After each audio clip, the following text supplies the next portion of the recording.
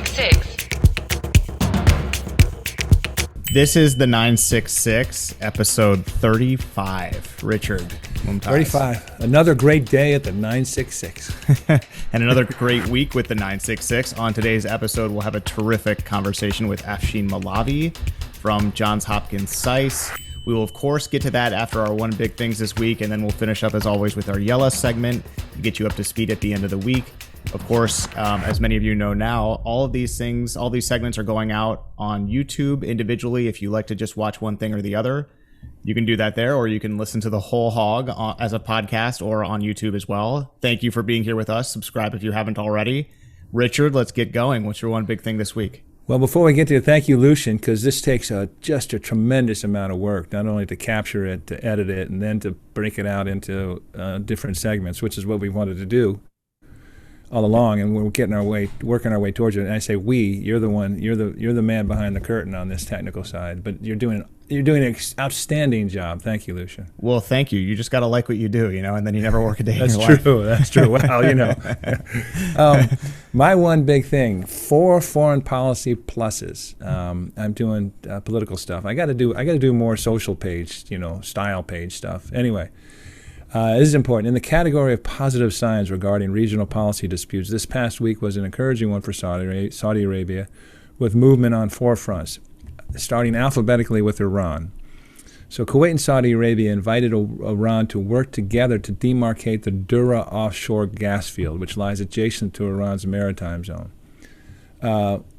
This is a small thing, but in the larger Iran-Saudi dialogue, which was started in 2021, was put on hold by Iran this past March. But I think it's a good gesture. Kuwait and Saudi Arabia feel they can work this gas field, not a problem. But they're invited Iran to come in and demarcate the area. So this is a small gesture, but it's a gesture. Next. Lebanon's Prime Minister Najib Mikati will visit Saudi Arabia during Ramadan, this following the return of Saudi Arabia's ambassador to Lebanon and the recent announcement of Saudi Arabia and France coordinating humanitarian assistance for Lebanon's hard-hit economy. Hezbollah still dominates Lebanese politics, but this is better than where it has been. They're trying to have some sort of rapprochement and Saudi Arabia wants to be involved. There's elections next May.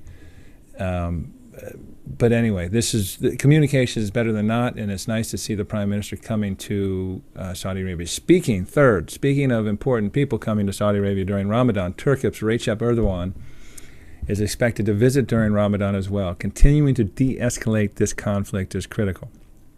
Turkey has discontinued its Khashoggi trial activities and needs Saudi investment and access to the Saudi market to help bolster the Turkish economy. This will not be a warm and friendly homecoming between Erdogan and MBS, but it just needs to be less antagonistic. So that's progress there. Fourth, and most important, movement on Yemen. First, there was a surprise 2-month truce between the Houthis and the Yemen government announced on April 1. This agreement's broad contours, which is halting the fighting, letting fuel ships into Hodeidah, and reopening Sana'a Airport, had been at the heart of UN mediation efforts since early 2020, but had been blocked by both or either side. This truce was also endorsed by the Saudi coalition. Now, I understand the distinction between the government of Yemen, the Houthis, and the Saudi coalition. Then, on April 7th, Yemen's interim president of a decade standing, Abed Hadi, and his government was replaced by a presidential council consisting of 8 men, all men, who represent anti-Houthi factions from both the north and the south of Yemen. Although it was positioned as Hadi making this decision, it is clear the Saudi coalition required it, as Hadi has little to no influence over the anti-Houthi campaign. Immediately after the announcement was made of Hadi ceding control to a presidential council, Saudi Arabia committed $2 billion and the UAE $1 billion to help stabilize Yemen's economy, all to the good. Hadi's, is dead wood, really. Presidential Council, we don't know what's going to bring, but it's a change. Obviously, $3 billion in inflows to help stabilize Yemen's economy is great. While the truce was a surprise and Hadi's removal widely welcomed, what happens from here is to be determined. UN envoy Hans Grundberg is pressing to make the ceasefire permanent and pushing for the convening of inclusive talks to end the conflicts. Saudi Arabia called on the new Presidential Council to begin negotiations with the Houthis to reach a, quote, comprehensive political solution, unquote. On the ground in Yemen, this may be an opportune time since the Houthi attempt to capture Marib, which they thought would they would be able to achieve in late 2021 has been stymied in 2022 by UAE-aligned forces. This stalemate may contribute to a greater willingness by the Houthis to entertain a political solution. We've talked earlier on previous episodes about diplomacy breaking out, starting really with the Al-Ula agreement in January 2021, when Qatar was brought back into the fold. But Turkey is in the region and elsewhere. If they can find a resolution to Yemen, this would be groundbreaking. It would transform, I think, Saudi Arabia's outlook on the future and moving ahead with more important things, which is their economic challenges and their economic Vision 2030 goals. So busy week for Saudi foreign policy. One thing that I think is interesting, and you mentioned Turkey, is the Turkey just transferred the Khashoggi case to Saudi Arabia. And I'm getting a lot of questions on my end. I'm sure you are too, Richard, as to why that is. And it sort of fits into this sort of new rapprochement you mentioned that's going on between Turkey and Saudi Arabia. Just very interesting. It is. Yeah, it's, Saudi Arabia is dinged, particularly by the U.S., for lack of transparency in terms of how this incident, this murder was handled. Turkey politicized it. I mean, they used it as a cudgel in many ways to just try and gain leverage. And this was a time when they were much more antagonistic and confrontational with the Gulf.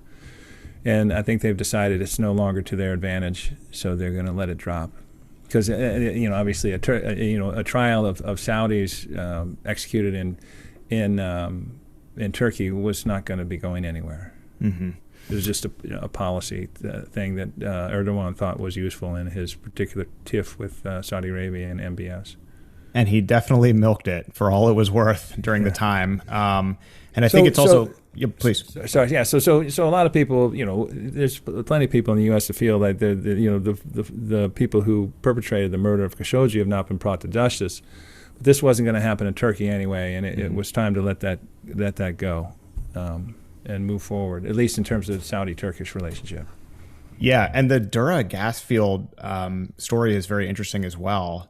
Sort of the Saudis and Kuwait. I mean, both of them claim the whole field, but sort of using it as a interesting way to invite Iran to discuss, maybe possibly sharing it with them. I mean, they claim it as theirs, but it's an interesting, invitation, I guess, to Iran to sort of get in the mix there. Yeah, as I said, it's a small gesture, but it's a gesture, and it's Iran expressed its annoyance with Saudi Arabia and Kuwait, saying, we're going to work this field and this is ours and we can do whatever we want. So Saudi Arabia and Kuwait have not backed off of that, and I don't expect they will. But come on over and let's talk. Mm-hmm. That's better than the alternative. Certainly, and this is a bit of a sea change. I mean, if you put all these things together and you think about Saudi Arabia's foreign policy since the rise of King Salman and Crown Prince Mohammed bin Salman, there haven't been a lot of clear victories. There have been some missteps, big and small. You mentioned the Qatari blockade. The Saudi Arabia's tiff with Canada, the war in Yemen didn't go as they thought it would. Just interesting to see things evolve, especially, and we're going to talk later here with Afshin Molavi, the way the Russian invasion of Ukraine has sort of set off a ripple across the world, not just in business and commerce, but also in foreign policy and the way countries rethink their position in the world. It's just very interesting. Fascinating. I expect Afshin to give us some real insight on this, because it's laid bare a number of questions and issues that have been dormant and needed to be brought forward because they're real sticking points for a lot of these countries, Saudi Arabia in particular. Indeed. Well, we'll look for more progress on that. Actually, it's funny because I don't have a Society Pages story for my one big thing. It is also related to Yemen. Look at us being all professional, Richard. Look at that. My one big thing this week, a new American-led naval task force will patrol the waters off Yemen to hopefully put a sizable dent in the arms and other smuggling that goes on in those crucial international waterways, some of which benefits the Houthis in Yemen, and also to help prevent attacks by the Houthis on other ships that traverse those waterways. Here's what we know. The new task force will be part of the Combined Maritime Forces, which is a multinational maritime partnership of 34 countries, led, of course, by the preponderant United States and including Saudi Arabia, France, the UK, and other allies in the region. U.S. Fifth Fleet Commander Vice Admiral Brad Cooper, who oversees the combined maritime forces and is not the Hollywood actor, announced the new task force in a call with reporters. The new task force is actually the fourth under the CMF command, joining three others. All of them sort of have to deal with counter-piracy, and then there's one for the Arabian Gulf and one for outside the Arabian Gulf. The task force would ensure also a force presence and deterrent posture in the Red Sea and critically in the Bab el-Mandab and Gulf of Aden, really critical waterways that David DeRoche discussed as critical. Colonel Brad Gandy was on the program a few weeks ago, also discussed this. Cooper did not mention the Houthis by name, but when asked about the air raids on Yemen on U.S. partners, Saudi Arabia and the UAE, Cooper said the task force would impact the Houthis' ability to obtain the weaponry needed for such attacks. He said, quote, "We'll be able to do it more vibrantly and more directly than we do today. We're looking at between 2 and 8 ships that will patrol at any time, and that will include the USS Mount Whitney, a Blue Ridge-class amphibious command ship." Richard, this is the latest in a sea change, is another word I've used twice already in a very short time, and pun intended. Evolving situation in Yemen after the Saudi-led coalition worked diligently for an extended ceasefire there, of course, moving President Hadi aside, as you said, in favor of a governing council. But really, it's the latest in U.S.-Saudi relations, which are kind of picking up a bit. People are sort of saying that they're at a nadir, or even a recent nadir. But, in fact, sort of America seems to be responding a little bit to the so-called snub of the President Biden phone call. Just kind of the latest in American sensitivity to Saudi security needs here. So I thought this was an interesting story. Yeah, I think that captures it. I mean, it's on the Saudi side. It felt like the U.S. was a bit tone deaf and we're not responding to their real issues. This is one way to indicate and signal that they're still very deeply concerned and involved with and committed to the Gulf security, and especially in terms of transit and trade. It is an issue, so it's a nice extension of that task force responsibilities, combined with things like Secretary of State Tony Blinken, going to speak with the Mohammed bin Zayed and essentially apologizing for their what the Emiratis considered an inappropriate response to missile attacks from the Houthis. Mm-hmm. I think there's a growing sense within the administration. I suppose, and we count on this, that there are folks, executives, staffers, political appointees who are thinking ahead with regard to how we want to approach Saudi Arabia and the Gulf, and maybe trying to imagine better approaches and more evolved approaches. But at this juncture, I think we're playing catch up, and it's important to play catch up. If that means going to apologize to MBZ and setting up task forces for security and being responsive in other ways, it's important to do so because the relationship is critical in so many ways, and it needs to be handled. It can't just be, us reprimanding them about human rights or demanding that they pump more oil. It's just got to be more evolved and more comprehensive and just more imaginative than that, because I think this is an important place for us. And anyway, but in the near term, I think right now it's just sort of trying to make up ground. Mm-hmm. And these are things that are helpful in that regard. Yeah, we talked a little bit about this with Afshin, but there was a report this week in The Intercept on sort of 30 lawmakers on the Hill writing a frankly sort of outdated, in my opinion, and a very tone deaf, note to the Biden administration asking for a recalibration of the U.S.-Saudi relationship. And it seemed very antiquated. And, while that is going on the Hill, you have the on-the-ground military-to-military coordination, like this new task force that's, evidence that the relationship is actually getting a little stronger and being a little bit more responsive to dynamics on the ground. Well, it's the nature of a democratic system, and the people each have factions and they have interests that they voice, and there are some people who think that we should only look at Saudi Arabia through the lens of human rights, or that it should only be determined by what happened with Jamal Khashoggi, and again, we've talked about this in the past. not to diminish what happened with Jamal Khashoggi, not to diminish the fact that there are human rights abuses in Saudi Arabia, but it's a more complex, more evolved relationship than that, and it doesn't take into account what Saudi Arabia is trying to do across the spectrum in terms of its economy and society. As you said, to me it's a incomplete approach to the relationship. Mm-hmm. And we get in trouble, I think, when we base an approach simply on one issue, and that seems to be the case for many of these folks. It happens to be a strong bit of this in the Democratic Party, so President Biden needs to deal with this on the political side. Mm-hmm. And as with so many things with the U.S., our foreign policy is dictated too often by our domestic policy.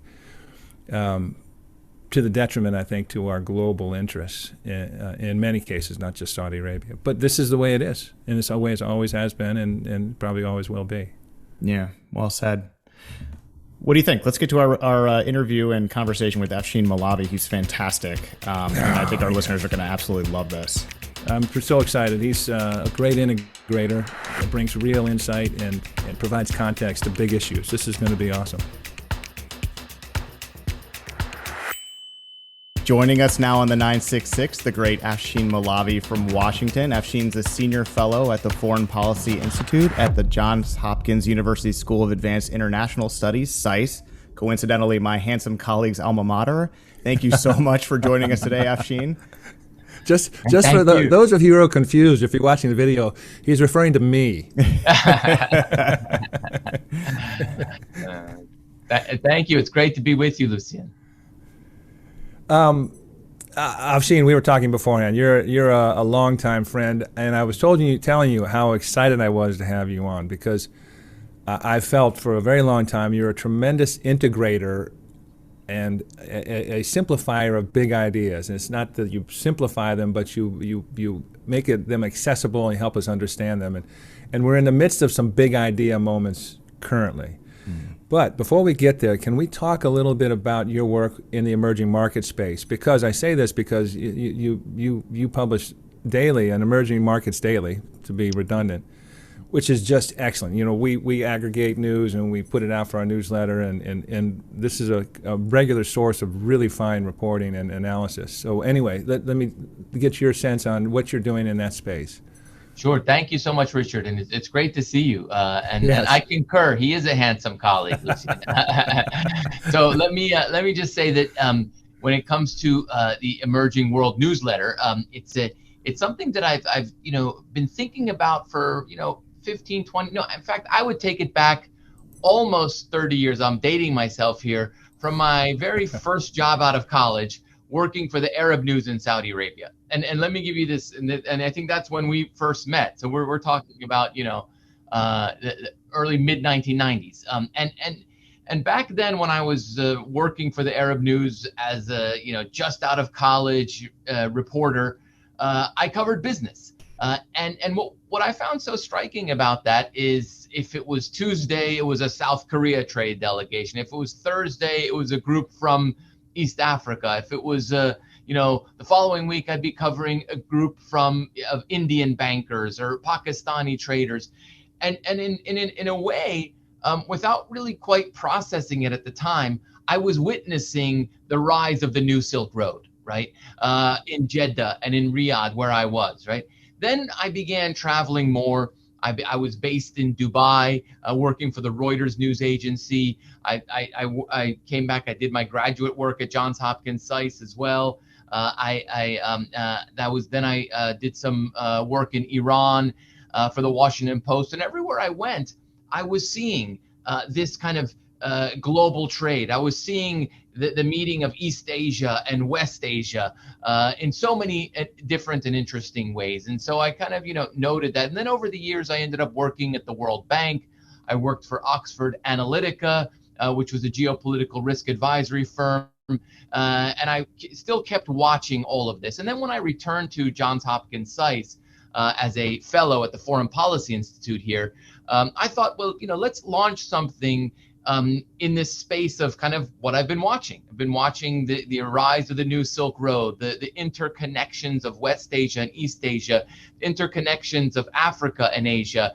And I, along with a partner institute in Abu Dhabi called the Delma Institute, we created something called the Emerge 85 Lab. And we use this 85 term based on the fact that 85% of the world lives in Asia, Africa, Latin America, and the Middle East, right? So that's not a forecast going out to the year 2030 or 2040. That's today. And I joked with my partner that if we stuck around for a decade or so, we'd have to call it the Emerge 86 Lab or the Emerge 87 because the population trends were moving in that direction. So we in the West are not just a demographic minority, we're a demographic minority by far. But if you look at this 85% world, right, there are several big structural drivers that were driving this world. And one was rapid urbanization. We're seeing rapid urbanization across Latin America, across Africa, across Asia, across the Middle East. The other one was unprecedented connectivity, both the digital connectivity and the physical connectivity, right? And then the third one was growing middle classes, right? So I latched onto these as big mega trend drivers, right? Now, we don't know who's going to win the midterm elections in the U.S. We couldn't predict who was going to win the 2016 presidential elections or whether, Macron will remain as president or Marine Le Pen will become president. Those things are difficult to predict. But these tectonic trends like urbanization, connectivity, middle classes, those are a pretty good guide for where we're headed in the future. And Richard and Lucian, I know both of you think a lot about where we're headed in the future and what it all means. And so that's why I've latched onto these ideas as a great kind of guidepost to see where we're headed in the future. And all of this comes together in the newsletter Emerging World, which you can see on Substack. If you were just to Google Emerging World, Substack, Molavi, it would come up. And please subscribe. I will give all of your readers a 50% discount. It's free, but I'll give them a 50% discount. Yeah, exactly. Sounds like our subscription base. We've cut your costs in half. That's right. Well, that's fascinating on a number of things, because I will say this, I'm going to digress, because you recall from me when we met and your work with Arab News and your focus on business. And I think as we go through this conversation, we will find that in terms of how you look at globalization, how you look at the quote-unquote decoupling, all these many things, your point of departure is always business. And I think it's a really important perspective that sometimes has you ending up at a place different than a lot of other folks. So we'll leave that aside for now. I also want to put in a plug, because you did a really excellent TED Talk on these 5 disruptors. Is that correct? What's the exact title of that? No, so people, it looked like a TED Talk, but it wasn't a TED Talk. But it's called the 5 disruption-proof trends disrupting our future. And I'll send you guys the link and you can share it if you like. But that's the idea. And you can also, if you were to look up disruption-proof trends disrupting our future on Google, the talk will come up, and also an article will come up for credits on the Credit Suisse website where I delivered the talk. Excellent. I highly recommend it to our listeners and our viewers. It's really, and this is when you heard me say earlier that Afshin is a tremendous integrator and a grasps big ideas and communicates them clearly. This is an example. All right, so let's talk about the emerging world, and I'm gonna apply a Western definition, and which may be a mistake, but I mean it's vast and it's diverse, and I'll say this. So IMF, for example, it lists as countries that are in the emerging market group. It lists Argentina, Brazil, Chile, China, Colombia, Egypt, Hungary, India, Indonesia, Iran, Malaysia, Mexico, the Philippines, Poland, Russia, Saudi Arabia, South Africa, Thailand, Turkey, and the UAE. I mean, that's a huge range. I mean, how do you define the emerging world, and is it just an economic, way you look at it is only just an economic focus? Yeah, it's a good question, Richard, and maybe if you don't mind, I'll go back to the invention of the term emerging markets, because I think that might be interesting for listeners. I was on my Emerging World website. I interviewed Antoine van Achtmael. Antoine van Achtmael is the guy who invented the term emerging markets, and you'll both appreciate this because it was an extraordinary act of branding. right? Antoine van Achtermel was working at the IFC, the International Finance Corporation, where I worked later, of the World Bank, and he had been living in Asia. He had been traveling across Asia for many years in the 1970s, and he saw some real opportunities because what he saw was growth. He saw developing countries that were growing fast, and there were real opportunities to invest in these businesses. And so he went and he decided to create a fund, and he called it the Third World Equity Fund, right? And so he presented it to some investors, and he had all sorts of charts, and one of the investors said, "I love the idea, I hate the name." Right? And so then Antoine van Achtermel tells the story about going back that weekend, racking his brain, thinking over and over again what to do, and then he said it hit him, and he came up with this term, emerging markets, as opposed to the third world, right? And then the way he describes it is he went into his boss's office at the International Finance Corporation, and he said, "I've got this idea. I'd like to call this fund the Emerging Markets Fund." And he said that within 30 seconds, his boss said, "Yeah, let's do it." And in a sense, that act of branding made history, right? Because it was no longer the third world, it was the emerging markets, right? Now, having said that, it still took a while to develop this fund. It still took a while, to grow this idea to investors, but I think that was vital. And broadly speaking, if you were to take it early on, you could take all the countries that were considered developing countries. They were kind of piled into this emerging markets, right? Now, if you were to look at the MSCI index has certain countries that make their emerging markets index, countries that, and if you don't make their emerging markets index, you might make their frontier market index, which is a little bit of a riskier investment. They haven't quite made the emerging market status for a variety of reasons, liquidity in their equity markets, rules and regulations in their equity markets, et cetera, et cetera. So it's a big deal to graduate to that MSCI Emerging Markets Index, because suddenly what happens is big asset management firms, big institutional investors will set aside a certain percentage of their funds for emerging markets, and they're often investing in indexes, right? So passive funds end up just flowing, which is why when a country like Saudi Arabia makes the emerging markets index, suddenly passive funds begin flowing, right? So I think that's important. Now, broadly speaking, the way I look at it is I don't get too caught up in whether you want to call these emerging markets. For a while, there was a movement to call them growth markets as opposed to emerging markets, and others have said, wait a minute, China is the second largest economy in the world. How can we still call it, an emerging market, et cetera, et cetera? But if you were to, if you are an investor in these markets, you still need to do the kind of due diligence that you would do if you're investing anywhere. You don't necessarily want to invest in indexes. You want to look at sectors that you're interested in, countries that you're interested in, ultimately companies that you're interested in. And when you do that kind of due diligence, you're going to see a lot of companies, a lot of very interesting companies in financial services, in the e-commerce space, in the traditional space of banking and mining and other companies, and you're going to see a lot of opportunities there. It's a fascinating process. It's really interesting how it's become, when you talk about a benchmark, it's become an administrative thing now. It's an administrative. In Saudi Arabia, we've had done episodes on this and segments where we talk about the collapse of the Saudi stock market in 2006. Mm-hmm. And because the oversight mechanism was poorly administered. It was a bit of the Wild West, and that Tadawul was actually introduced in 2007 in order to specifically, and I think in their mind they had been included in the MSCI as their goal, and so from that 2007 to 2018 period when they were included in the MSCI, and then they have those inflows from the indexes, it was a very determined and specific process where they were going to meet each of these benchmarks in order to be eligible.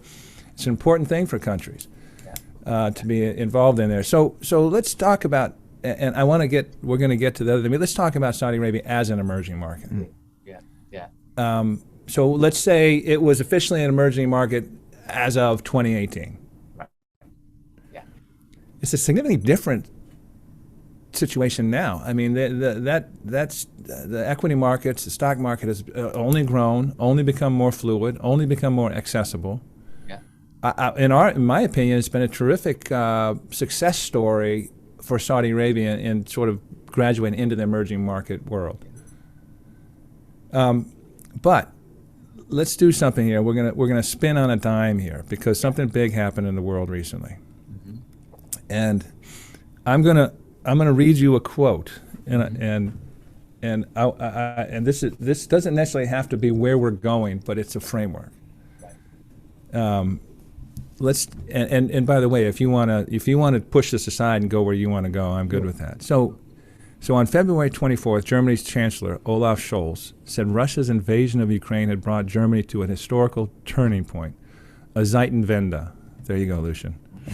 Well done. The issue, Scholz said, we are constantly dealing with difficult words on this show. The issue, Scholz said, was whether power is allowed to prevail over the law, whether we permit Putin to turn back the clock to the 19th century and the age of the great powers, or whether we have it in us to keep warmongers in check. Now, this certainly feels true for Germany, Western Europe, and NATO. It also seems to be a Zeitenwende for much of the rest of the globe, in particular any number of emerging market countries who interpret the invasion of Ukraine and the West's response quite differently than Olaf Scholz. It's a big, big question. Can you speak to this dichotomy and where we are in terms of this globally cataclysmic event? Yeah, I think you raise a really good point because how this event is viewed in Delhi and Riyadh and Beijing and Abu Dhabi is certainly different than how it's viewed in Europe and the United States. And so I'll put a pin on that for a moment. But what I want to say is that this event will be felt in Beijing and Abu Dhabi and Riyadh and and India and all over the world. And so this is I wrote a piece on the Emerging World site. I called it Putin's Bomb and the Global Shrapnel, right? Excellent piece. Again, further recommend it. Really good piece. Thank you very much. Thank you. So Putin's bomb was obviously the invasion of Ukraine, and the impact was felt in Ukraine, the humanitarian crisis, the what is increasingly looking like war crimes, and all of that, is happening, and it's happening before our eyes, right? So that's the bomb. But then there's the shrapnel from the bomb. The shrapnel, and this shrapnel is spreading far and wide, and it's hitting everywhere, every corner of the globe, and very few places are going to be untouched by this shrapnel. And the reason is because Putin's bomb exacerbated an already inflationary environment that we were living in, and contributed and in a sense, put the accelerator on this environment. And particularly dangerous is what we're seeing with food prices, right? So Russia and Ukraine, as you both know, are major wheat exporters, but they're also major fertilizer exporters. Major, sunflower oil exporters. A lot of things in the food security world were highly dependent on Russia and Ukraine. Some countries more dependent than others. Egypt more dependent. Somalia, Benin, several countries in sub-Saharan Africa highly dependent on Russia and Ukraine. But even if you weren't highly dependent on Russia and Ukraine, the price of wheat going up, the price of fertilizers going up. By the way, natural gas prices also push up the price of fertilizer, right? And so this is all contributing to this inflationary environment that we're living in. Now, in the inflationary environment that we're living in the United States certainly hurts. It bites, but it's not life and death inflationary environment that we're seeing in places like Sudan. We're seeing in places in sub-Saharan Africa. We're seeing in places in parts of the Middle East as well, where in Sudan they're looking at 250% inflation. The Food and Agriculture Organization of the United Nations has said that we're hitting record food prices, right? Now, let's go back a decade. And remember the Arab uprisings? I don't call them the Arab Spring anymore. It certainly doesn't feel like spring in Damascus or in Libya or even Tunisia. Absolutely, absolutely. And so, but remember, there was spikes in food prices right before the Arab uprising, right? And so now we're seeing that again. And where are we in much of the Middle East and North Africa region outside the GCC? Well, we're still at high levels of unemployment, roughly the same levels of youth unemployment, about 30% youth unemployment, high levels of underemployment. And yet we're still living in that environment of those three structural drivers that I talked about: rapid urbanization, unprecedented connectivity, growing middle classes. Now, when you have rapid urbanization, growing middle classes, unprecedented connectivity, you also have something that's a little bit harder to quantify, but it's aspiration, right? So I think one of the biggest stories, and one that is worth following, is the rise of aspiration in the emerging world. It is now become entirely common for the son or daughter of a Kenyan farmer or an Egyptian taxi driver to expect a better life, right? Because they've seen it. They've gone off to pharmacy school, or they've migrated to the Gulf and they've gotten a job and they've made a little bit of money. So this aspiration has been unleashed all across the emerging world.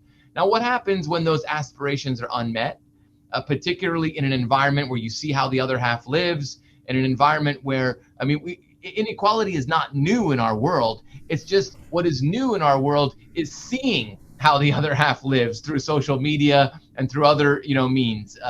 And so I think we're actually in a very dangerous environment as a result of Putin bomb and the global shrapnel, a dangerous environment of rising food prices, rising inflation at an inflationary moment, coming off the back of a global pandemic, right? The COVID-19 pandemic, for the first time in 25 years, we saw poverty levels rise across the world, right? We were on a streak. Every year, poverty numbers were falling all across the world. The COVID-19 pandemic hits, and for the first time, according to the World Bank, poverty levels rise. Anywhere from 80 to 120 million people have fallen back into extreme poverty, right? So it's as if someone on Twitter said I really enjoyed those 5 minutes between the end of the pandemic and the start of World War III. But it's been a 1-2 punch, and I really worry about where we're headed. Well, I think that's really insightful comments you made. Those discrepancies, those inequities have always existed. We just see more of it. Which leads me to, I don't want to focus on the perceptions, but if you're looking at it from that perspective, if you're in an emerging market and you're in 100%, the most dangerous time in any kind of economic progress is when expectations are high and they're not met with reality. I mean, this is a very, very sensitive time. But those people, someone in that situation is less likely to be concerned with what Russia did than what the West has done. Is that correct? Yeah. You mean so the people who are experiencing this are going to be less concerned with what Russia did than what because the reality is these sanctions and restrictions on Russia and Ukraine's ability to export wheat or fertilizer or any number of commodities that they are lead the world in. Is that an accurate?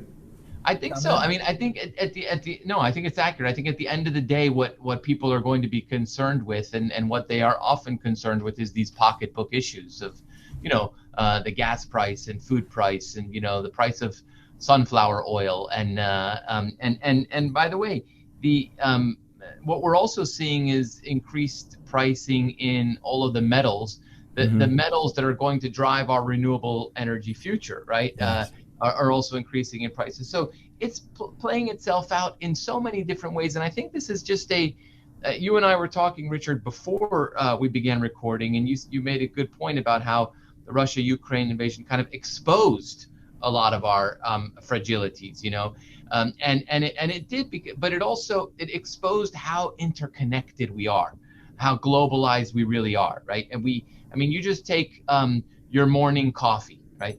Your morning coffee comes from, a dozen or so different countries, the coffee bean itself, right? And then traders and shippers and roasters are sending this coffee around the world, and eventually it ends up in your cup. But it's globalization in a mug, right? And so I mean, you take your vaccine that you've taken, right?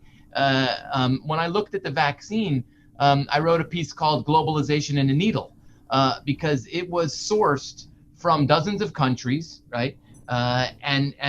You had something like you had scientists from all over the world that were collaborating. The son and daughter of Turkish migrants in Germany played a prominent role in the Pfizer BioNTech vaccine.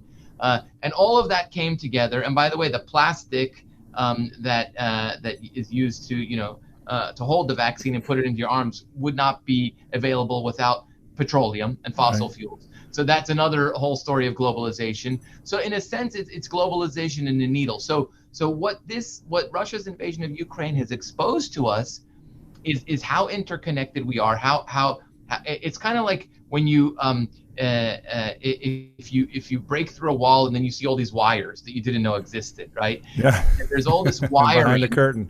Don't look behind the curtain. Exactly. Yeah. There's all this wiring in our global economy that we maybe didn't even know existed. I mean, frankly, I didn't know about palladium before Russia's invasion of Ukraine. But palladium is vital to take the toxic emissions out of cars.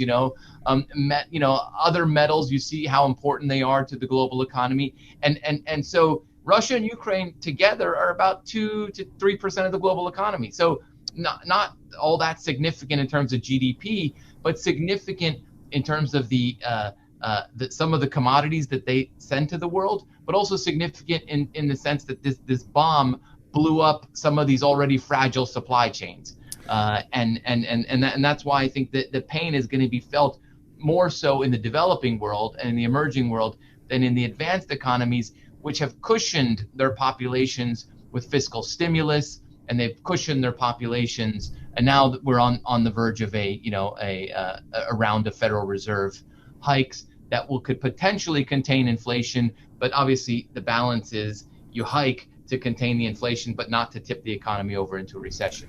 And yeah, apropos to that, you have a strategic petroleum reserve on which you can draw, a million barrels a day for 180 days. So I mean, this is something that can be done. Now, let's talk about globalization. Yeah.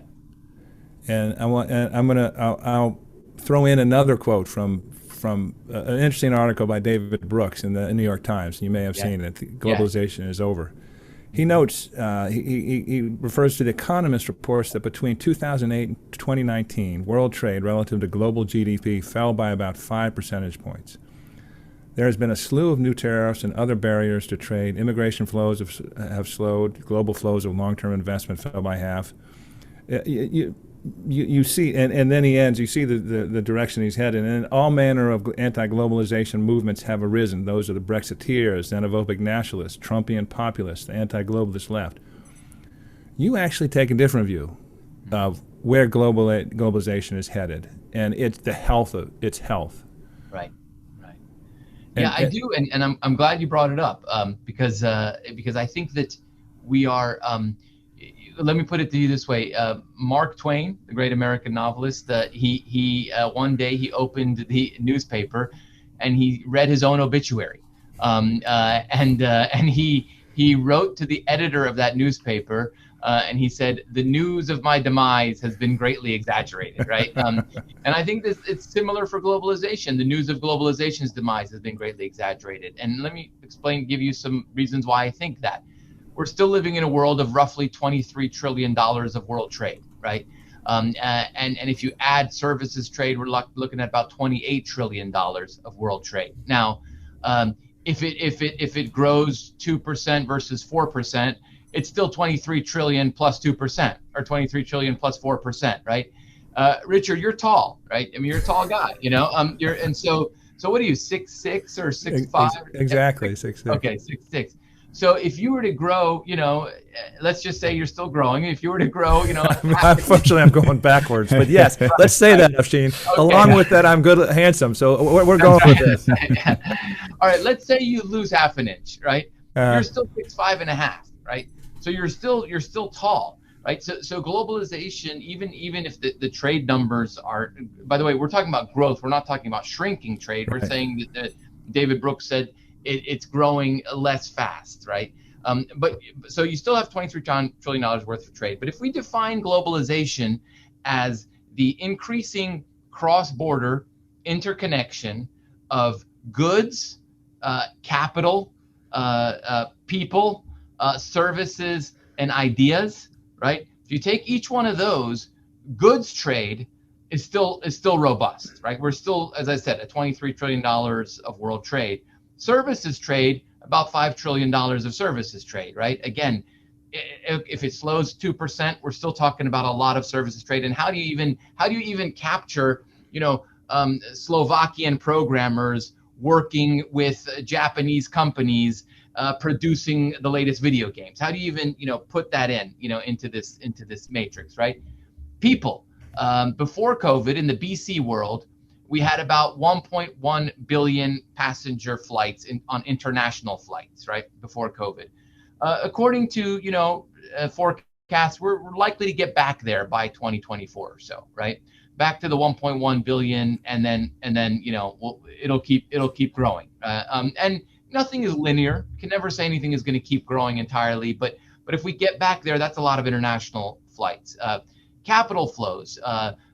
Here's where we could see some institutional investors decide to look at their portfolio and maybe say, well, maybe we shouldn't be investing so much in China. Maybe we shouldn't be investing so much in it. But there's still such a lot of passive flows that you are mandated to put a certain amount, certainly among the big U.S. institutional investors. There's a lot of passive flows that go international, that go to emerging markets, that go to Europe, right? So when you look at all of this, I think what is happening is some of the commentators who are saying globalization is dying, they're operating on a different definition of globalization, and that definition is that all of this is happening, which is going to converge it's going to converge all of us together, right, around kind of the rules-based Western international order. So this gets back to your question that I pinned about how people are reacting to Russia's invasion of Ukraine. China likes globalization. They don't like the rules-based international order that was made, that they think was made in the Western world, right? But for China, globalization is very important for them. They wouldn't be the economic power they are without it, right? And several countries around the world, you can say the same thing, that they like the globalization that I'm talking about, which is the cross-border connection of goods and people and services and ideas. Maybe not so much the ideas, but all of the rest. But they don't believe that the rules-based international order, the language that we use in the West, is relevant to them, because for them, they have been for several countries in the region, across the world, they have not benefited, they think, from the rules-based international order, right? And so that's why the reaction has been different. And the other thing about the reaction of Russia's invasion of Ukraine is that, in Washington, from my understanding, there have been some very serious conversations with our Middle East allies about saying, guys, you need to see this as kind of like a hinge moment, a new world order moment, a 9/11 moment, right? And our Middle East allies are saying we don't see it that way, and we just don't see it that way. And how can you call this a 9/11 moment or a new world order moment when it wasn't an attack on you? And so there's uncomfortable conversations happening between our allies in the region and here in Washington. And look, I mean, I think India is still a major buyer of Russian oil. They're taking advantage of the discounts that Russia is providing on Urals crude, and they're buying a lot of Russian oil, and they're kind of getting away with it because India is so important to our Indo-Pacific strategy. So I'll just leave it at that. So I guess if I could follow up to that, I think one of the fears maybe, and and this, again, this column is just so brilliantly written, but the way you put it is Putin's Russia is on the receiving end of a 21st century form of shock and awe from Western powers and their allies, a concerted attempt to deglobalize a country to cut it off from the fruits of globalization. So maybe globalization, as you guys said, the sort of wires have been exposed. We see how globalized we really are. But what would you say to maybe a country like Saudi Arabia or, I mean, even China that fears being deglobalized, like being globally canceled by the Western powers and their allies? Yeah, that's. I'm glad you brought that up, Lucien, because in a way, if those people who are saying globalization is dying, think about how globalization is being used as a weapon against Russia, right? Because what the world is saying to Russia is okay, Russia, you can invade Ukraine and we'll provide them with some military assistance, and we're not going to send our own troops on the ground, and we're not going to, we don't want to fight you, kinetically in a war. But what we are going to do is we're going to deglobalize you, or at least make moves to deglobalize you. We are going to demand, if they don't do it themselves, companies with HQs in our countries to retreat from your country. We are going to try to wean ourselves off of your oil and natural gas. It's harder for Europe than it is for the United States. We are going to block your assets. Russia had, billions in dollar reserves that are blocked now, and we're going to cut you off of the dollar. So in a sense, the Western powers that did create the rules-based international order do have enormous power to deglobalize a country that is doing things that they don't like. Exhibit B is Iran, right? So Iran went through this. So Putin can call the supreme leader of Iran, Ayatollah Ali Khamenei, and say, hey, we're kind of, in the same boat here. The sanctions on Russia have been stunning. In fact, there's more. There was one stat I read that there's even more sanctions on Russia than there are on Iran now. But Iran has gone through this as well, where what happens is you have to kind of work around the system. So Iran still sells its oil, but it it can't get paid in dollars, and then countries around the world take advantage of you. So for example, for many years, Iran was selling to China and India and South Korea and Japan, and all those countries were telling Iran, okay, fine, set up escrow accounts in our banks. And Iran had billions in renminbi in Chinese bank, billions in rupees in Indian banks. And I remember one Iranian Chamber of Commerce official, he kind of jokingly said, okay, fine, with all these renminbi, we can buy industrial machinery from China. It'll be overpriced. It won't be great, but we'll buy it. But we have billions in rupee accounts in India. How much basmati rice can we buy? And then you have to do things like figure out how to, buy gold and sell gold and do all sorts of things. Your ships get sent out to sea without adequate insurance, so globalization has been actually used as a weapon.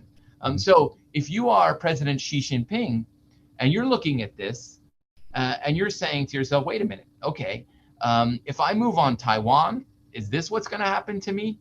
And if they do this to me, it's going to be more painful to them than it is doing it to Russia, but it will still be painful to me as well, right? It'll be painful all around. I mean, you try to deglobalize China, it's an order of magnitude more important in the global economy than Russia is, right? But I think it should give Xi Jinping pause. It should give any country pause that if you run afoul of quote Washington and the Western powers, you could be on the receiving end of this deglobalization. Iran has been on the receiving end of it. Russia is now on the receiving end of it. And I think Xi Jinping probably is taking note here. And it's devastating. I mean, in the prior to the invasion of annexing Crimea, I believe the Russian GDP was 2.1 trillion. After the sanctions resulting from that invasion, that annexation, they still hadn't. By 2019, it was 1.6 trillion. They still hadn't recovered. There's estimates that this, bout with financial sanctions will put them back 15 years. And this is again, this is a GDP Russia, equivalent to Brazil. It's not that big, and essentially it has oil, commodities, and weapons. This is what it has.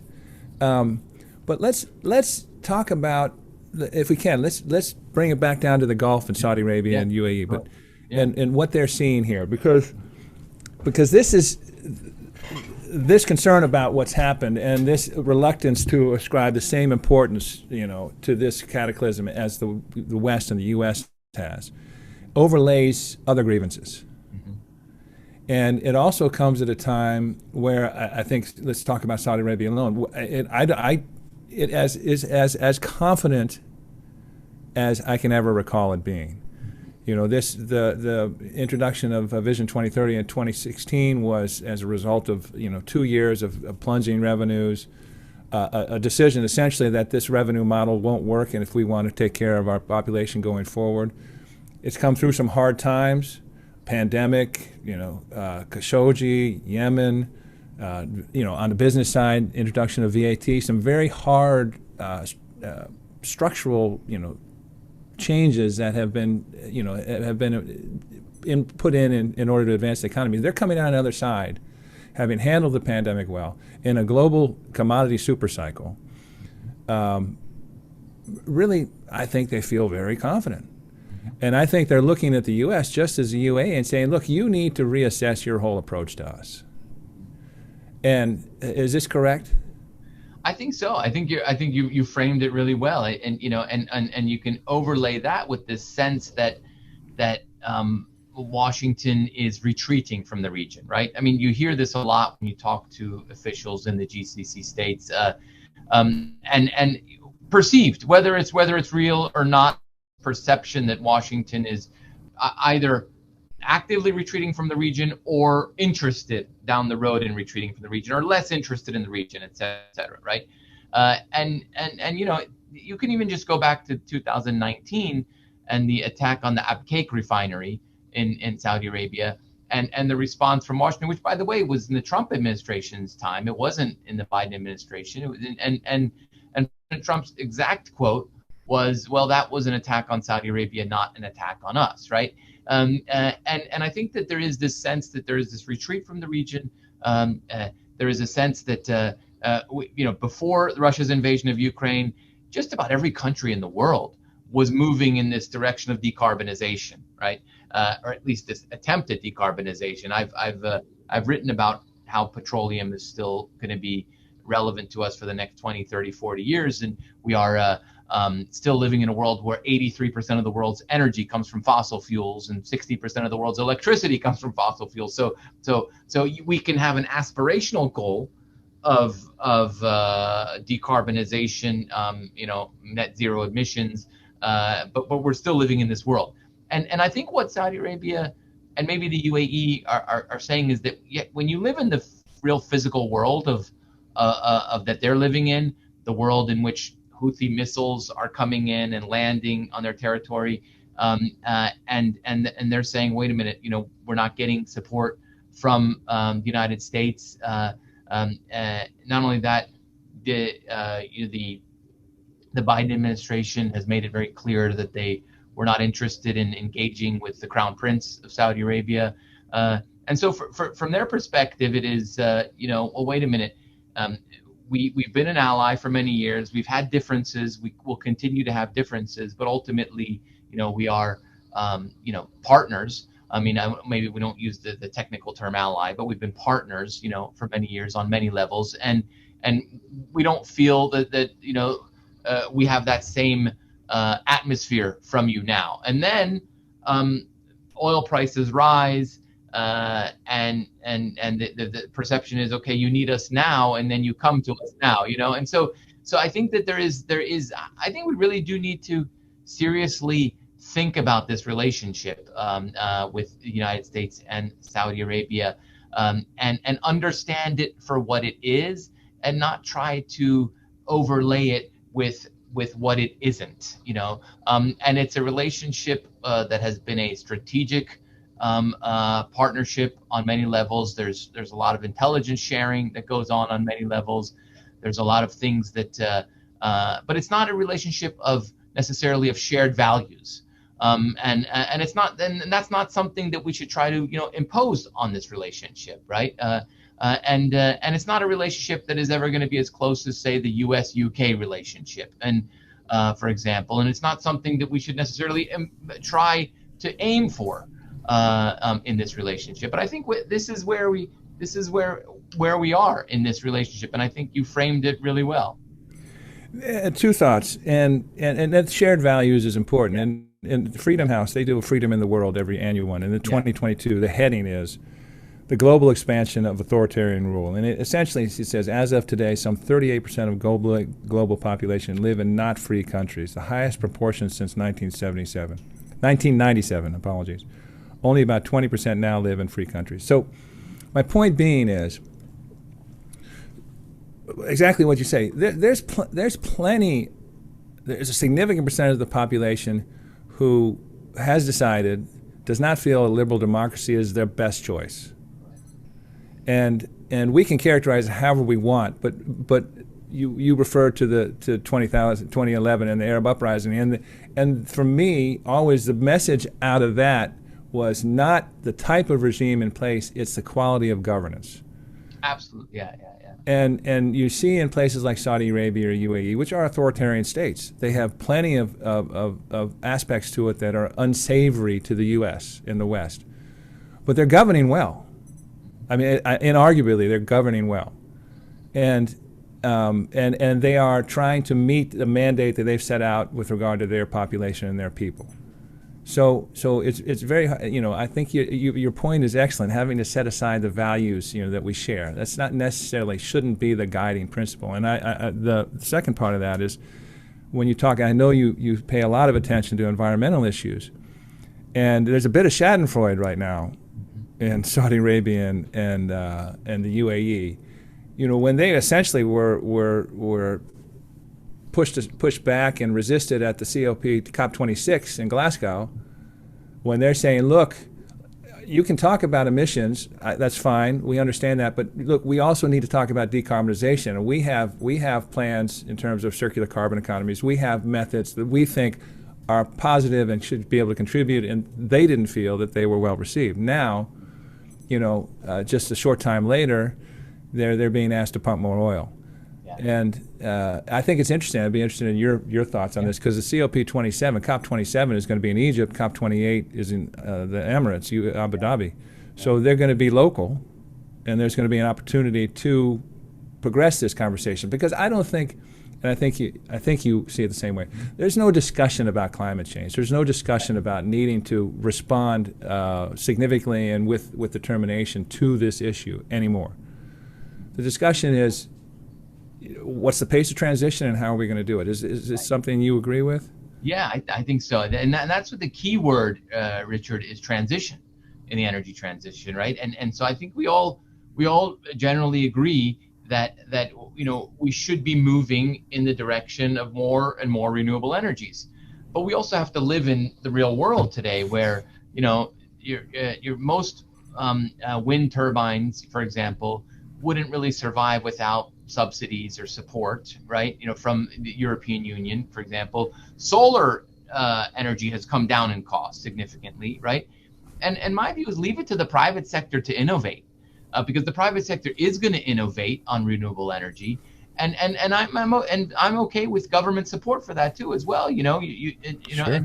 And they're going to innovate, and their government is going to support, and there's going to be breakthroughs that we can't even imagine, 10 years from now, or 15 years from now, 20 years from now. But we're still going to be using fossil fuels for a lot of things. And even if we were to go to an all-electric vehicle fleet tomorrow, which we won't, but if we were, we need fossil fuels for jet fuel. We're not about to go to an all-electric airplane fleet. Petrochemicals, look around this room that I'm in right now.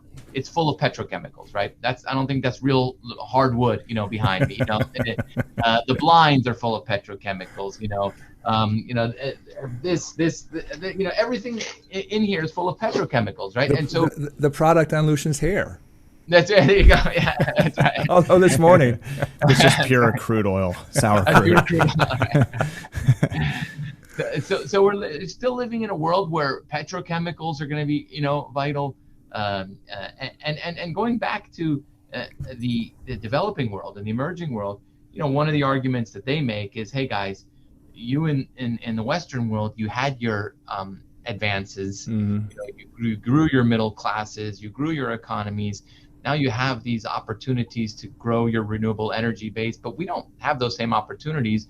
And we have middle classes that are growing and aspiring and connecting and producing and consuming, and asking us to go move away from fossil fuels is asking us to put the brakes on in our economies at precisely the wrong time, because we have young populations that need jobs, Right. and we need to keep growing these economies. So the key is the energy transition here, and it's going to take time.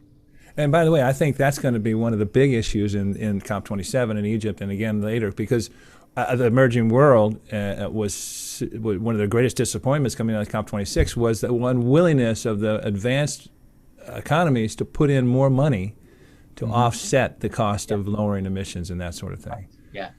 So I can only think that would be a leading issue in Egypt in November. This is absolutely fascinating, and we could go on forever, Afshin. Let's since this is the 966, let's talk about U.S.-Saudi relationship. Is it over? Is it having a difficult phase? Is it maturing? And I think there's you can look at it in a positive way. It's sort of like going to counseling. You're saying things you never said before but needed to be said. Right. Yeah. What's your sense? Yeah. No, I think it is we're in a difficult phase. I think that's a good way to put it. Things are being said that maybe needed to be said now, and they're out in the open. Having said that, I think that in some respects the view of Saudi Arabia in political circles in Washington and even in some academic circles, it has not kept up with the changes that are taking place in Saudi Arabia. And I think that's important. I mean, you look at this young generation of Saudis, back in 2007, or I think it was 2008, I actually wrote a piece in Smithsonian Magazine on, and it was called The Young and the Restless. And it was about the young generation in Saudi Arabia. I went and I spent some time with, young people in Saudi Arabia and wrote this piece. And when I look at this younger generation in Saudi Arabia, we literally have had more than 100,000 Saudis study in the United States and elsewhere on these King Abdullah scholarships, and then several hundred other thousand studied, over the past decade or so elsewhere around the world. And what's interesting is how many of them end up going back to Saudi Arabia, right? I mean, I think that's Mark Twain again said immigration is the sincerest form of flattery. But I think returning to your country when you're from the emerging world and then you have an opportunity to study in the U.S. and a lot of people who make it here and figuring out how to ways to stay here, but so many Saudis go back, right? So you have this younger generation of Saudis that just think differently. And in fact, I think there are shared values with that younger generation of Saudis. Right. They are wired, they're connected, they are global, and they want and they demand better governance. And so I think that if we think of it in those long term, this generation of Saudis today, I think that the relationship between the United States and Saudi Arabia does have a good future. But if we look at it in the old paradigms, I think then we're going to still have that friction. There was a number of Democrats that just recently passed a resolution to pressure President Biden to be more stern with Saudi Arabia about their human rights. It was, to me, it was extremely dated and reactionary. And I say that apropos to your point. Saudi Arabia looks at itself differently, and a large part of that is how its youth consider itself, its aspirations. It sees itself in the world. We've several weeks ago we had Mark Thompson, who's a senior research fellow with King Faisal Center for Research in Islamic Studies, and has done the most in-depth and comprehensive research on socioeconomic situation in Saudi Arabia. Next week, I'm doing a plug for the 966, but every week is fantastic. Next week, Mark Thompson and his co-author Neil Quilliam are going to join the 966 to talk about it's just published this month, their book Governance and Domestic Policymaking in Saudi Arabia, Transforming Society, Economics, Politics, and Culture. I say this not only because it's going to be immensely fascinating, but it speaks to your point. And I've said it a number of times on the show, American policymakers, there are some people in the administration, but American policymakers, as a rule, are woefully out of step and out of date when it comes to Saudi Arabia and what really matters and the changes that are going on there. And I'm not sure how we can fix it. Yeah. And, I think, one of the things that we could do is just have more people go to Saudi Arabia. I think, I used to, I saw this whenever I was in Saudi Arabia and I'd meet people that were there for the first time and they'd say, oh, wow, I didn't realize, that the society, was more robust than I thought, et cetera. And by the way, this is not just true of Saudi Arabia. This is also true of other countries, and a country that is not does not have the same relationship with the United States, but Iran. What I said about Saudi Arabia, you could also say about Iran. You have a youth that is urbanized and wired and connected and aspirate. They have aspirations, and interestingly, the Iranian youth are very, very few, very small percentage of them are anti-American. There is this sense that they all want to, experience America and go to America, etc. So you can say this about a lot of places, but it still remains true and it still remains vital to the future. But in the case of Iran, you have a government that is holding back that youth. In the case of Saudi Arabia, you have a government that is actually unleashing this youth on the world, and I think that's positive. Agreed. We've covered so many subjects, Afshin. Let's talk about China and the Middle East, because as you've said before, one of the problems with Saudi Arabia, one of the problems with U.S. policy globally is their fixation on China. But China is, in fact, becoming much more influential in the region based on its trade flows and its investment, that sort of thing. But what should we be looking at as the West, but in general, in terms of interpreting China in the region, in the Gulf in particular? Sure. It's an important question, Richard, because if I were to go back to my time back when I first went to Saudi Arabia in the early to mid 1990s, there wasn't a significant Chinese presence, right? But now when I travel to the Gulf states and other parts of the Middle East and North Africa, not only do you read the numbers in terms of China's trade flows, with the region, but you also see the significant Chinese presence, either Chinese nationals or Chinese, companies. Huawei for a while was not just providing the telecommunications infrastructure, but they were also hiring Lebanese pop divas to sell Huawei smartphones to Arab middle classes, right? And so you see this all across the region, and in the case of Saudi Arabia, of course, Saudi Arabia is China's #1 oil supplier. By the way, Saudi Arabia is also South Korea's #1 oil supplier, and Japan's #1 oil supplier, and India's #2 oil supplier. So it's not as if there's something nefarious going on there. So we shouldn't take it personally, right? Yeah. If you're an Asian buyer of oil, chances are you're buying a lot of Saudi oil. And then you see that there's uncomfortable conversations now taking place, because the defining geopolitical issue of our time is the U.S.-China Cold War / U.S.-China. Let's put it this way: the defining geopolitical issue of our time is the U.S.-China Cold War, right? And so when you look at that issue, Washington is seeing a lot of things through that prism, and then they're seeing, looking at the numbers of China's flows with Saudi Arabia, trade flows, and or its investments in Saudi Arabia or in the Emirates or elsewhere, or Israel, frankly. And they're dialing up the numbers. They're dialing 966 to Saudi Arabia and saying, hey guys, I noticed 35 to 37 billion dollars worth of projects that China's done over the past 15 years. And then the response might be, well, you're in the United States, China's your third largest trade partner, right? It's important. That's why it's important to take this global perspective and not to look at these relationships just bilaterally, because China is, a top 3 trade partner for just about every country, across Southeast Asia and across South Asia. It's the top 3 trade partner for the United States. It's the world's largest trading nation. So it's going to have a big impact on trade numbers. It's going to have a big impact on investment numbers. But when it comes to Belt and Road and China's investments in the region, a lot of the projects that you see that they do in Saudi Arabia or in the Emirates, they haven't fallen into the foreign direct investment category. They've fallen into the projects category, construction projects. They're paid to deliver. They deliver. They produce the project, and then they get out. I told you, we were speaking before, Afshin, how excited I was to talk with you because of, my perceptions of you. But again, this has just been shot through with your insight, your context, and your perspective. This has just really been informative, and I want to thank you very much.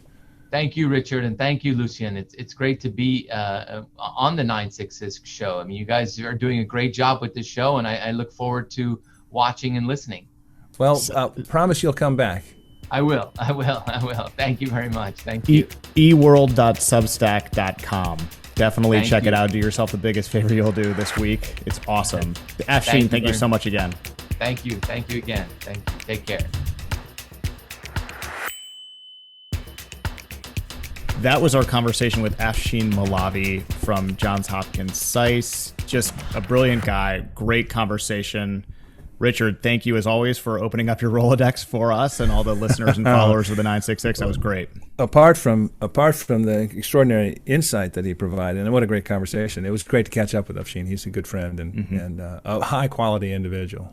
And his newsletter rules. It's almost as good as our newsletter, but you can find that on Substack. It's terrific. And he has a recent piece in there on Putin and Global Shrapnel, which is fantastic. A must read. Emerging World, Emerging Markets Daily. Definitely. It's really a good thing to go see every day. It helps us a lot in terms of when we aggregate our news, our daily Sustig review. Definitely. Shall we get into Yallah? Yallah. Yes. He's Yallah Saudi in a minute. Number 1. On Saturday, the Hajj Ministry announced that it, quote, has authorized 1 million pilgrims, both foreign and domestic, to perform the Hajj this year, unquote. According to The National, pilgrims traveling from overseas are expected to constitute 85% of the total number. In 2021, Saudi authorities significantly reduced the number of pilgrims allowed in order to combat the spread of coronavirus, a very responsible health thing to do. In 2020, only 1,000 pilgrims were permitted to participate. In 2021, the number was 60,000. In both cases, I think almost entirely domestic. So this is great. Getting back to normal, 1 million pilgrims, very exciting. And anyway, go ahead. That's good. This is good news. No, it is awesome news. And there's a lot of wrinkles here. When we decided to do this, I sort of looked at the Hajj being canceled over time. The coronavirus pandemic was not the first time. One scholar says it's been canceled about 40 times throughout the history of Islam due to disease, outbreaks, political disagreements, and battles. Obviously, the coronavirus pandemic is the most recent, and it's really the only time it's been canceled recently. The other wrinkle of this, and we've talked about it a little bit on the show as well, Richard, is the sort of crass financial angle of this. And the Hajj is, you don't want to say it's big business, but with so many people traveling to Saudi Arabia, it generates a lot of inflows of capital for the kingdom. It is big business. Yeah. And Saudi Arabia spent a lot of attention to trying to make the Hajj experience better, not only the actual mechanics of performing the Hajj, but enticing pilgrims to stay longer.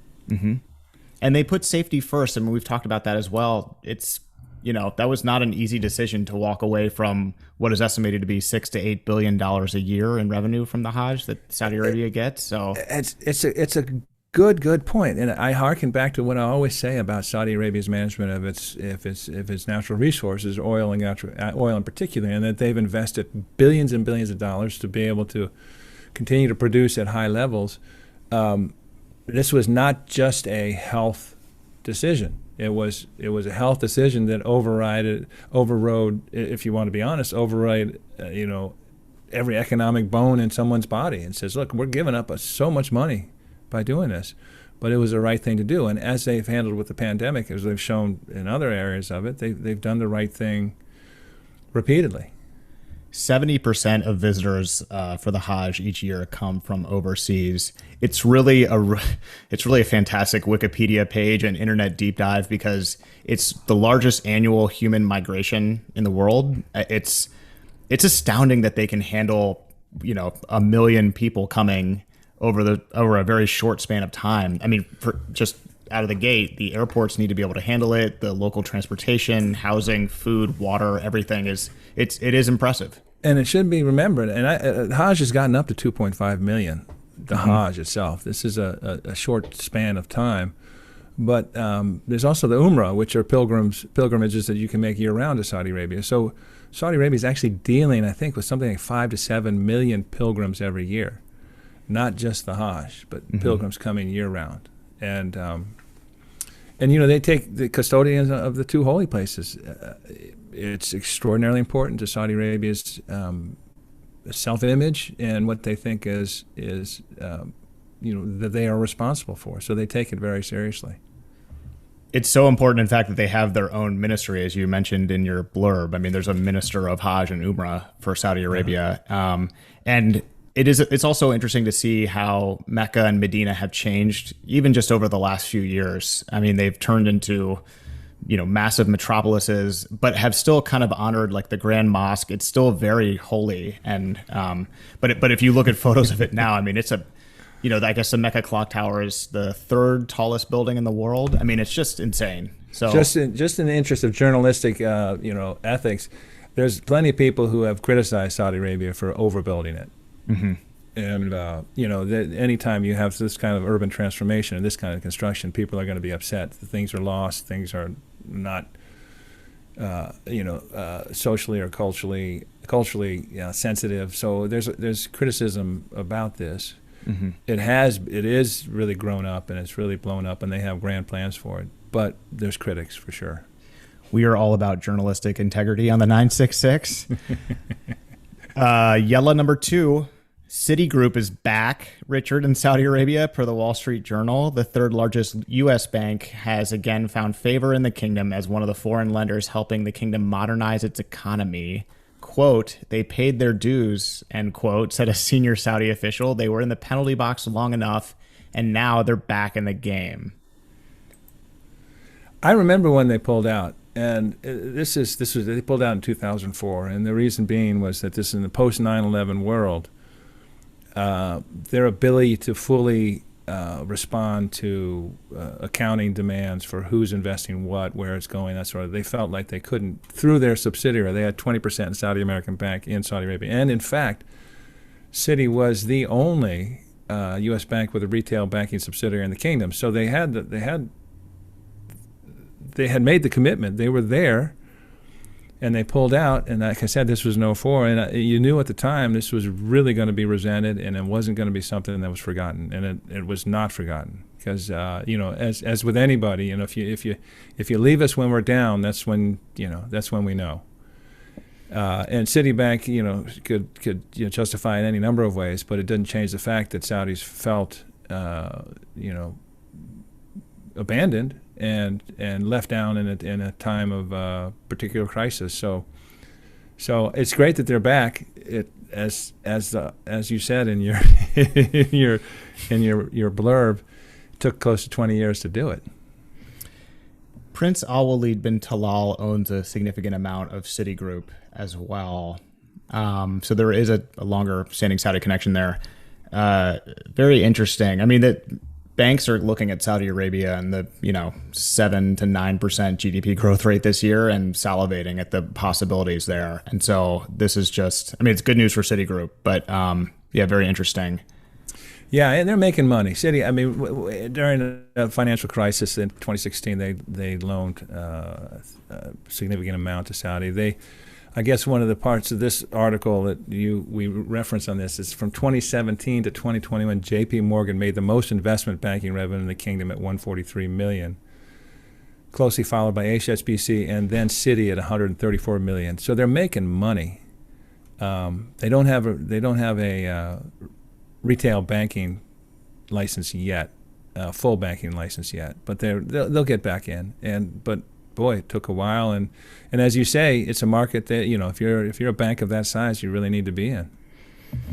This article will be in the comments for the YouTube section. It'll also be wherever you're listening to this podcast. It's a Wall Street Journal article. I just wanted to say that Stephen Kalin, who I think you've met and know, and Rory Jones, and she doesn't have a byline here, but Summer Said, the 3 Wall Street Journal reporters on Saudi Arabia are fantastic, among the best in the business. And they're usually first with big stories. Just got to give them a shout out because their reporting is wonderful. Yes, it's a great resource for us who are trying to look for good reporting and good commentary on Saudi Arabia always. Always. Number 3, according to a report in The Telegraph, 2-time Masters champ Bubba Watson, along with European Ryder Cup stars Lee Westwood and Ian Poulter, as well as 5-time Tour winner Kevin Na, are among those expected to join the $225 million rival golf league. The final details are still being confirmed, according to Live Golf, per the report, but the plan is to announce some of the players who are planning to join in the weeks ahead. We have made it 35 episodes, and I'm pretty sure that the word golf has appeared in every single one of the episodes, if not every single one, very close. What I think is really cool about this is that, first of all, they just pushed ahead with the plan. They didn't let the Phil Mickelson comments and the fallout from that and the potential loss. There was nothing that was revealed in this Telegraph article about the potential loss of other stars because of Phil Mickelson's comments. We may never know the truth there. But what I think is really great about this is they're pushing ahead. They're having these massive purses. And I think Greg Norman said in an interview, which made up for this article, essentially, look, we're going to put the money out there. We've got some stars. We'll have more coming in. But if you're ranked something like 350th in the world and you see a Live Golf Tour event and the purse is $4 million, $6 million, you have a chance to change your life. I mean, you may never make that much money on the PGA Tour ever, but if you play really good golf for a weekend, you can beat some of these, famous names in the game. Bubba Watson has 2 green jackets. You can enter a tournament like this and win and change your life and, in a way become a star. So they just didn't get deterred, and they're going forward with it, and I think it's good.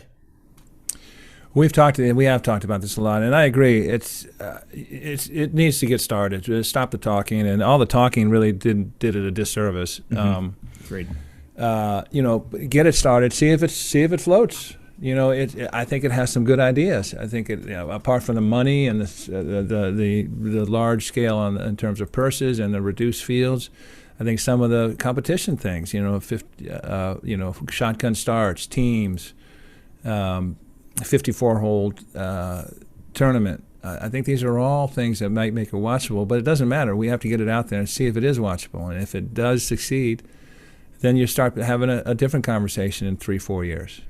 It's like a lot of startups spend so much time on hype and trying to get the idea to be accepted by customers before they even put a product out there. And in reality, most successful startups get the minimum viable product out there, push it out the door, let the public see it, feel it, touch it, taste it, whatever, and then get feedback from them, adjust and grow that way, because you'll have real fans, real following. And I think that's what is, like you just mentioned, I mean, maybe they did talk a little bit too much. There was a lot of hype. I think part of that was to get some of these big names in hopes of maybe doing that. But either way, this thing's pushing off the edge, and we'll see. I don't know, Richard, if we are allowed to play in these, and then if we could still play in the other PGA Tour events we're invited to. We may have to run that by the commissioner of the PGA, but we'll see. I have a meeting with Jay Monahan, head of PGA, next week, because he's really concerned I might opt out. So, well, make him really sell you. Make him put out all the nice stuff he brings to the office, so that you feel like get wined and dined a little bit here. On the tour, on this Saudi Super League, it's an 8-event tour. It's currently set off to tee off in 2 months at the Centurion Club in St. Albans, outside London. They have multiple U.S. stops as well, including one at Trump Bedminster in New Jersey. I think that's unfortunate, but that's just me, only because he's a divisive figure in the U.S. Mm-hmm. But again, it doesn't matter. The point is to get started. And as you say, I think you're right. They lost control of the narrative. So all the better. Let's get it done. Let's get it out there. Let's get the product out there. And to as Greg Norman said, part I think the quote you were looking at, he says, quote, "Quite honestly, it doesn't matter who plays. We're going to put the event on," unquote. There you go. Mm-hmm. Good. Yeah, I agree. The Trump decision to have it at a Trump course, to have one of these events at a Trump course, is not a great idea, just because it interjects politics into this. But so be it. I hear that course is great. So yeah, for them, exactly. Yeah, that's hard. When you put it that way. And Richard, as you know, some of our more popular videos on YouTube, and one we get many, many comments on and emails from, are our comments on Saudi Gulf, and we're going to stick with it because it's interesting to us. Yeah, it is. Yallah number 4, an average of 54% of survey respondents from Saudi Arabia and the UAE said they believe cryptocurrency should be used as currency. Still, a significant proportion of the respective countries' respondents believe certain obstacles are stopping crypto from going mainstream. This is according to a report in Bitcoin.com. Very, very interesting. Cryptocurrencies sort of at a inflection point right now. Will be interesting to see how it takes off in Saudi Arabia and the UAE and the other Gulf nations. I wasn't sure how to take this report other than interesting. In terms of point of reference, I thought it was interesting that this 54% of respondents is 9 percentage points higher than the global average of 45%. And in fact, in the U.S., it's 36%, Germany 31%, the UK 32%. I guess the point being is this is what happens when you have a young society with a surfeit of smartphones. I mean, these people, these consumers, this demographic in Saudi Arabia and the UAE are really adept on digital devices and digital options. It's especially remarkable when you think about the fact that digital payment transactions in the kingdom jumped by 75% in 2020, and that with cash withdrawals from ATMs and other payments fell 30% in that same year. So essentially, this transition is happening at lightning speed. See, this is why it's so good to do the 966 with you, Richard, because you always bring a lot more depth to this. That is fascinating about the digital payments situation in Saudi Arabia, and that's a great point. I mean, and they have such a young population. It does seem like 54% might even be a little bit lower than what I would expect, but that's fascinating. We should launch the 966 coin. In fact, we should do an ICO today. But doesn't it have to be named after a dog or something? I mean, isn't it better if we do that? I saw that the Shiba Inu Bitcoin was now one of the 4 benchmarks. It's just insane. It's just insane. I'm clearly behind the curve on this. What is your dog's name again? I'm blanking on it right now. Bear Coin. That's right. Bear Coin, a 966 product. Yeah, there you go. I don't think any of my cats want in on it, so they're going to miss out. Cats are an unreliable investment in all cases. So, number 5, according to a report in Bloomberg, Uber's woes continue in Saudi Arabia. Wait times for cars have soared since the government enforced a rule last year that all drivers must be Saudis. While that's part of a broad push to create jobs for citizens, it ruled out the millions of foreign migrants in the country. Richard, we took Uber in Saudi Arabia when it first launched there. I mean, like really, really early on. And it was very interesting because it had a very unregulated feel to it, to put it very nicely. Go ahead, please. No. Speaking to your point, one of the regulations that Uber's struggling with is that the government has required that there no cars can be no older than 5 years. That was not the case when we were taking Ubers. I think that was the case. I think it was, in that situation, was cars were not required to have seatbelts. Was a reigning, rule of thumb for Uber when we were taking it, when we first took it. I would say maybe half the rides we took in Saudi had no seatbelts in the back, which was very concerning when the driver was holding up a phone, driving with one hand, and the phone, it was either on a phone call, but just downtown in Riyadh, it can get a little hairy when traffic is really bad. And that was just a very, very interesting thing. But what I like about this story, what I think is interesting about the story, you have a lot of labor stuff wrapped up in this. And it's good that Saudi Arabia is trying to get their citizens to take these jobs. We did talk a little bit earlier about an Uber success story for Saudi women, the 4-year impact of the Wasool program. Getting Saudi women to work without charging them the full fare really worked out, which is one of the biggest public-private partnerships that Uber has ever done. And last year, Uber revealed 50% year-on-year increase in female drivers in Saudi Arabia working for Uber, which is really cool. I mean, women just recently, not recently, but 2017, 2018 got the right to drive in general. And so to see that is very cool. I should also add as well that Saudi women can request that their passengers not be male, I believe, which is also interesting. So very, very cool. It must be interesting to be an Uber official in Saudi Arabia. Well, and we talked about it last week, an episode, I believe one of the Yallahs was on Nitakat and the Saudization of electronics stores. Mm-hmm. And there've been a whole raft of sectors that the Saudis have moved to reform regulations and require Saudization. And we talked about it then. It's a case of one step back to achieve 2 steps up. Mm-hmm. If you're gonna require the Saudis be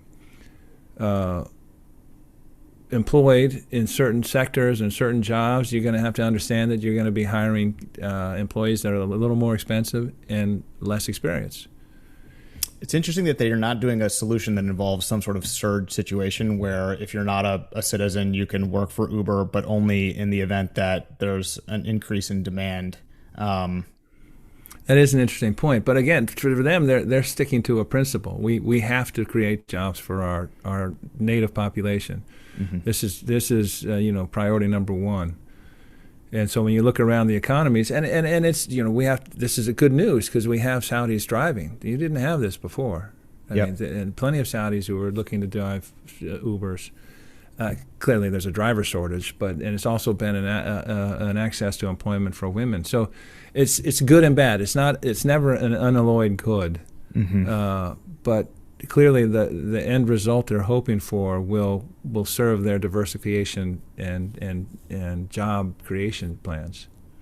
If there was ever a market that was ready for disruption, it was Saudi Arabia and especially Riyadh. Richard, our trips there before Uber were very, very hairy and really, trying to get around Riyadh. They're building a massive new metro, which will transform the capital. But trying to get around Riyadh before Uber was not easy. And driving in Saudi Arabia is not for the faint of heart. It's gotten a lot better, as I understand it. But it's a small city that got big. And it was always designed around a car, and it's just they're trying to rethink everything in terms of their urban design. But it's hard when you have a concrete legacy, pun intended, of that size and enormity. I will say that we did take some very nice Ubers. I don't want to totally besmirch all Ubers, but we did have some very nice Uber rides there, which were great, in some cars that may be a little too nice for Uber here in the United States. Yeah, seriously. Interesting. Well, Richard, we've started off serious with regional political and foreign policy stuff, and then we wound our way into cryptocurrency and golf, and here we are back, Yallah number 6. Saudi Arabia's Industrial Production Index, also known as the IPI, grew by 22.3% in February compared to the same month of 2021. This was the highest year-on-year growth rate during the last 3 years. The General Authority for Statistics added, according to Arab News, that IPI's positive growth for the 10th month in a row is attributed to higher production in the 3 subsectors: mining and quarrying, manufacturing, and electricity and gas supply. I don't have much to say on this other than it's more good news. And I've referenced Fahad Amalki, who was, a Riyadh lawyer, a very capable and smart individual who was a special guest with us. And he said, this was back in September, I think, maybe September or about. He said 2022 is going to be a good year because a lot of the stuff, the groundwork that's been laid, is going to start to come to fruition. And so this is 10 months in a row, and this started, this turned positive. That IPI index turned positive in May, has stayed positive, May 2021. I just feel like this is what happens, and you keep plugging. Obviously, commodity super cycle helps, but good fiscal decisions, good investment decisions, or at least productive, positive investments. And none of them are completely good, but I really feel they're reaping what they've sown right now in terms of trying to lay the groundwork for non-oil and industrial growth. We talked last week about the Hanagia mining opportunity, in which 8 companies found themselves on the final list. Mining and quarrying is on this, but that contract has not been awarded yet, so that actually will bump that up as well. Yeah, a red-hot Saudi economy right now, and good on them. Fahad Al-Maliki was just a terrific guest. I hope he joins us again. I think that does it. Richard, let's get back to work. Oh, my goodness. Yeah, this is our job apart from our real job. How do we get ourselves into this? This is, as Afshin mentioned, doing a podcast is a huge lift. It's a huge lift, but it's worth it because we would be having these conversations and calls anyway. We're just turning on the recorder and adding a little B-roll. So that's true. No, this is fun. We'll see everybody next week. Again, check all the segments out on YouTube if you don't want to go whole hog on the program. And just if you can follow us, especially on Apple Podcasts, really helps us a lot. You don't have to buy anything from us, but just that's how we sort of grow here. And we are seeing our numbers go up every week. It's so cool. So it is impressive. There's a buzz. There's a 966 buzz. There's a buzz. Richard, thank you very much. See you next week. Thank you, Lucian. Excellent episode.